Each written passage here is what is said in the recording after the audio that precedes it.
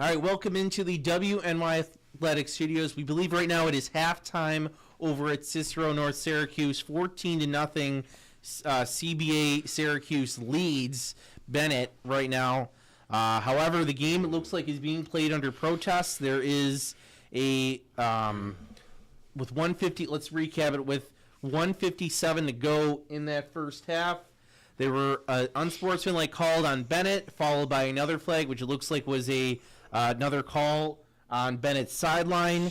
Then Bennett came out to protest. We believe Coach McDuffie, unconfirmed, has been ejected from the game. It looked like Michael House went onto the field, the athletic director for Buffalo Public Schools, to protest. And then we were told right now that there is a meeting right now in the locker room discussing whether the game will continue. The officials left the field, followed by the two teams. So, again, we're being told that there is a meeting right now to decide. Trying to see if I can pull it up.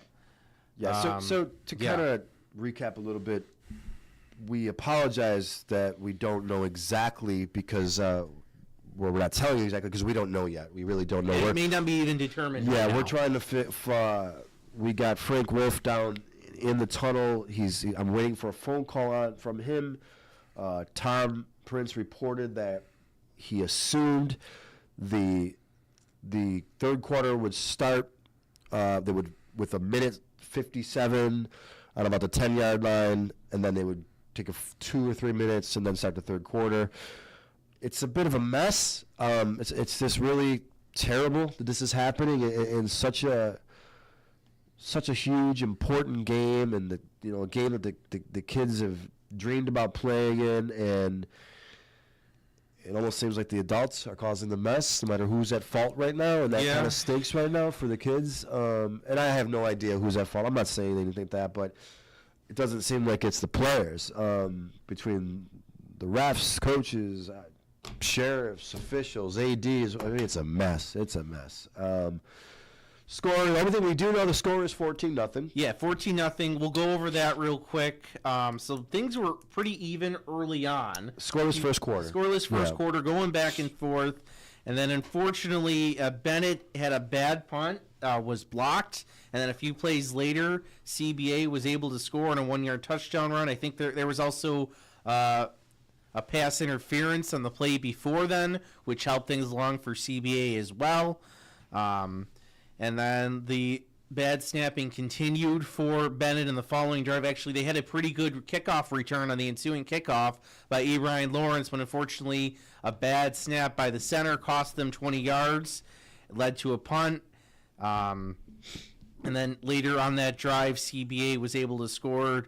Jameer Hanford ran it in on a 3-yard touchdown, put up CBA 14-0. And at the point the game ended, CBA was driving, and I think they were inside the 20. Inside the 10. Well, and then a bunch of penalties, which probably would have got them to inside the 5, half the distance. So I did just get a little update. It does look like, as of right this minute, the refs, the officials from New York State, Bennett coaches, they are all in a meeting right now. That's all we know. I don't know what's being said. There was a couple of questions. Is the game even going to be continue to play? Right now the game is under protest. We believe that Coach McDuffie was ejected from the game. That is our ongoing. We have multiple reports saying that. Our Frank Wolf is right down by where they're having the meeting in the tunnel by the locker room. So we'll see what's happening. Right now we know a couple administrators took the field for Bennett. I think I think we could all agree. Regardless, this is sad. This stinks. This is not what it's supposed to be like. Two very good football teams. Two very good football teams that are playing really hard, and I think if we just stick to football right now, Francis, you just talk a little bit of football. Bennett's got to clean up the mistakes, right? And they're coming from unique spots. They're really coming from the special teams. They can't get a punt off, and if they do, it didn't go very far. They're having trouble with the snap. Then they're having trouble with the shotgun snaps. They had a play that was about at the Christian Brothers, maybe 35, give or take, that went about 30 yards backwards with the snap just went over the quarterback's head. So just uncharacteristic like mistakes for Bennett.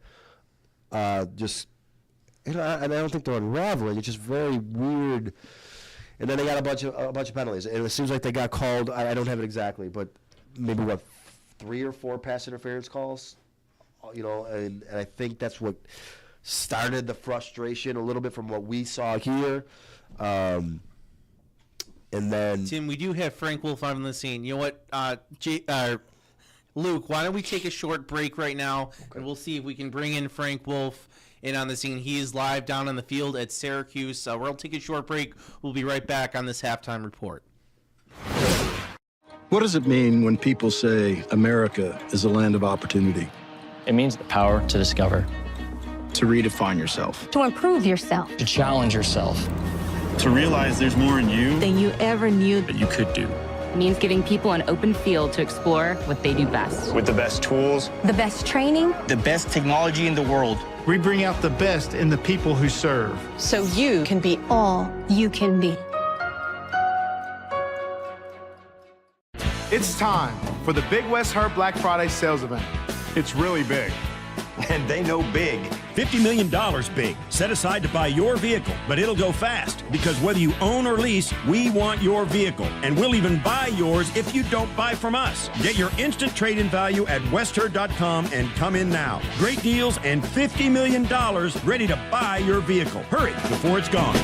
Welcome to West Herd, New York.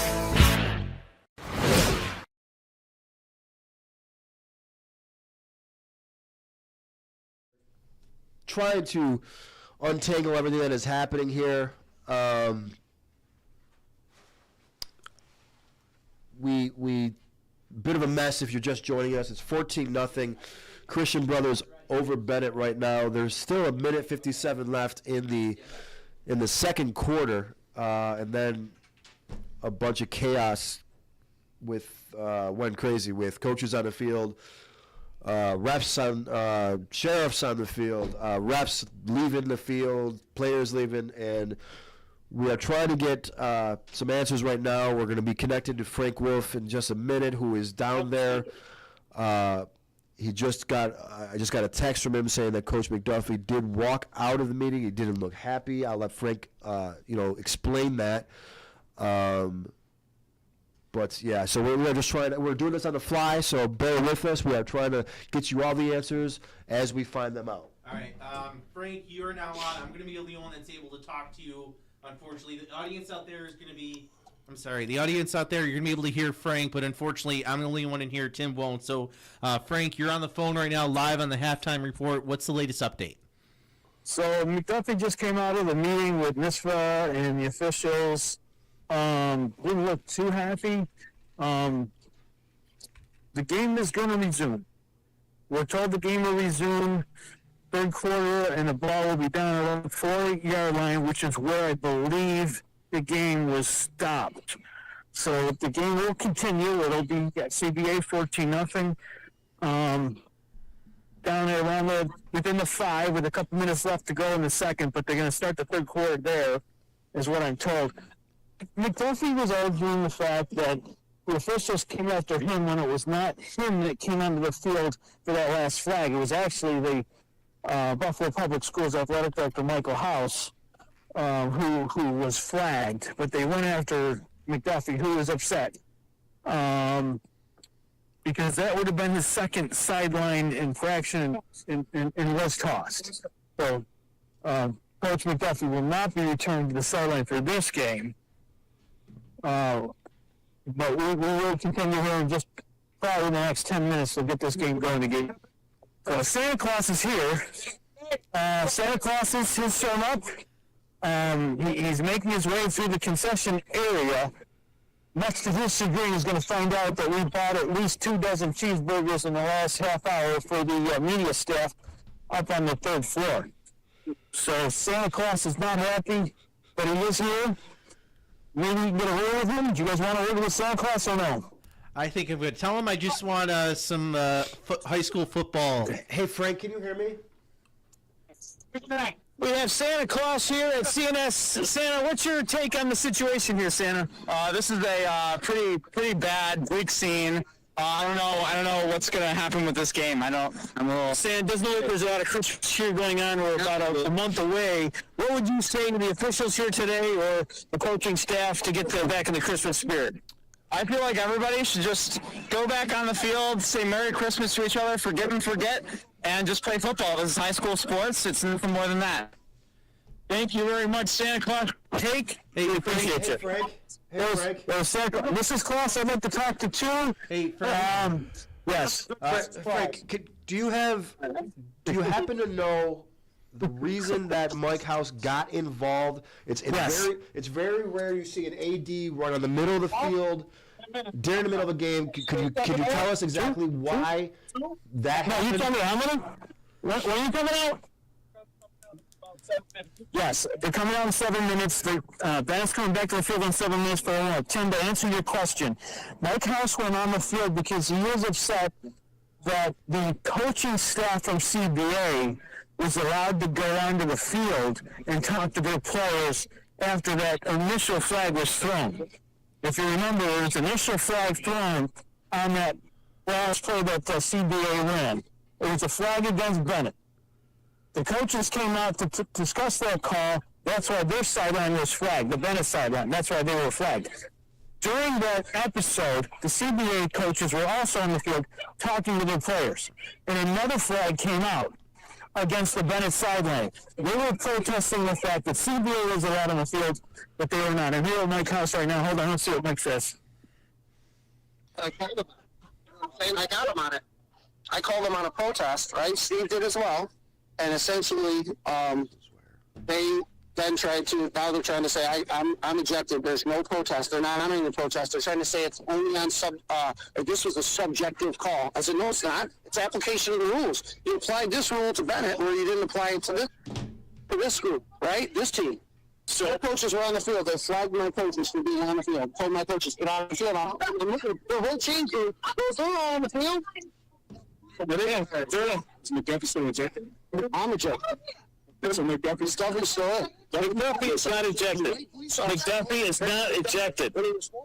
Okay, so if you didn't hear that, we're saying Coach McDuffie is not ejected. And the teams will be returning to the field in the next 10 minutes. Okay. We're going to get this game underway, okay?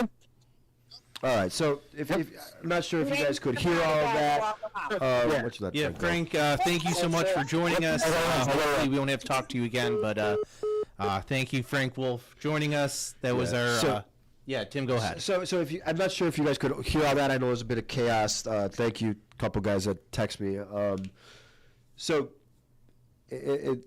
what we reported is pretty much accurate. The Bennett team did get a couple sideline penalties, and the AD, who is Mike House, correct, Mike? Yeah, Mike House. Mike House, who you may or not just heard, he ran on the field, which you don't see very often, and I think he was just extremely upset trying to defend his school, who thought it was unjust that the other.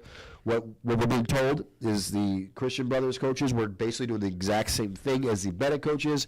Bennett coaches were getting flagged 2 or 3 times, and the other team wasn't. I don't know how true that was. We haven't seen any replays. We're just trying to give you as much information as we can. We are being told the game will continue, which is good, right? Which is good because we weren't sure. And Coach McDuffie will stand. That we originally had word from multiple sources that said Coach McDuffie was thrown out, but we are told now he will be in for the second half. So I'm assuming that what will happen is they'll finish a minute 57. It's probably going to be 1st and goal for Christian Brothers. I'm saying the 5-yard line, give or take. They're already up 14-0, and then they'll probably take maybe 2 minutes. Yeah, like the end of the quarter. I know I was at the game Lancaster-Jamestown earlier this year that went into a lightning delay. I think 1:42 left in the first half, so they had the delay. They had to go to the locker room for the lightning delay. When they got out, they did a warm-up. They played the 142, and basically it was like a change of the quarter. Yeah. They switched, once the clock ran out, switched sides, and started the third. Yeah, so we hope that when we get back to football, it is strictly football. And this will be in the past, and it'll be something we forget about. As far as the football game itself, who knows? Maybe this is the restart that Bennett needed. You know, you're down 14-0. Who knows? It might benefit them. You know, I don't know, but they needed some kind of change. You know, they're down 14-0. They're making a lot of uncharacteristic mistakes as far as bad snaps and punts and just really things that a championship level team doesn't do normally. So maybe this will ignite them. Now it's going to be tough because there's a pretty good chance they're going to go down more than 14-0. You know, maybe the first and goal is going to be tough to stop, obviously. But either way, there's a lot of football to be played, and we know that this team is a never say die attitude. And you know, I wouldn't be shocked if you saw this kind of bond them together. And they go on a crazy run, you know, in the second half. You never know, right? Things have happened. So, yeah, we'll see for sure. So, again, 14-0 CBA Syracuse over Bennett at technically not halftime, but they went into the locker room. They're getting out of the half. They're going to play the final 157 of the second half and then move on to the third quarter and the rest of the second half. So we thank you all for joining us. We hope that cleared things up for you all. Special thanks to Frank Wolf for joining blast us in the comments. We tried our best to give you as much information as we had. We're not sure about the Santa Claus thing, but hey, you know, he owns the company. What are you going to do? But I'm just kidding. We love Frank, but thank you, Frank, for getting on the fly with us and trying to get as much information as possible. And again, we do exactly what we know we told you. So we're trying to get you as much information as we can, and hopefully in the next few minutes we'll see some football. Hopefully. All right. Second half is coming up next on the NFHS Network. But for Luke Prince, Tim Chifa, I'm Francis Beck. Thank you for joining us. We'll be back after the game for final post-game coverage of the Class AA Western Semifinals. What does it mean when people say America is a land of opportunity? It means the power to discover, To redefine yourself. To improve yourself. to challenge yourself. To realize there's more in you Than you ever knew. that you could do. It means giving people an open field to explore what they do best. With the best tools, The best training. the best technology in the world. We bring out the best in the people who serve. So you can be all you can be. It's time for the Big West Herb Black Friday sales event. It's really big. And they know big. $50 million big, set aside to buy your vehicle, but it'll go fast because whether you own or lease, we want your vehicle, and we'll even buy yours if you don't buy from us. Get your instant trade-in value at westherd.com and come in now. Great deals and $50 million ready to buy your vehicle. Hurry before it's gone. Welcome to West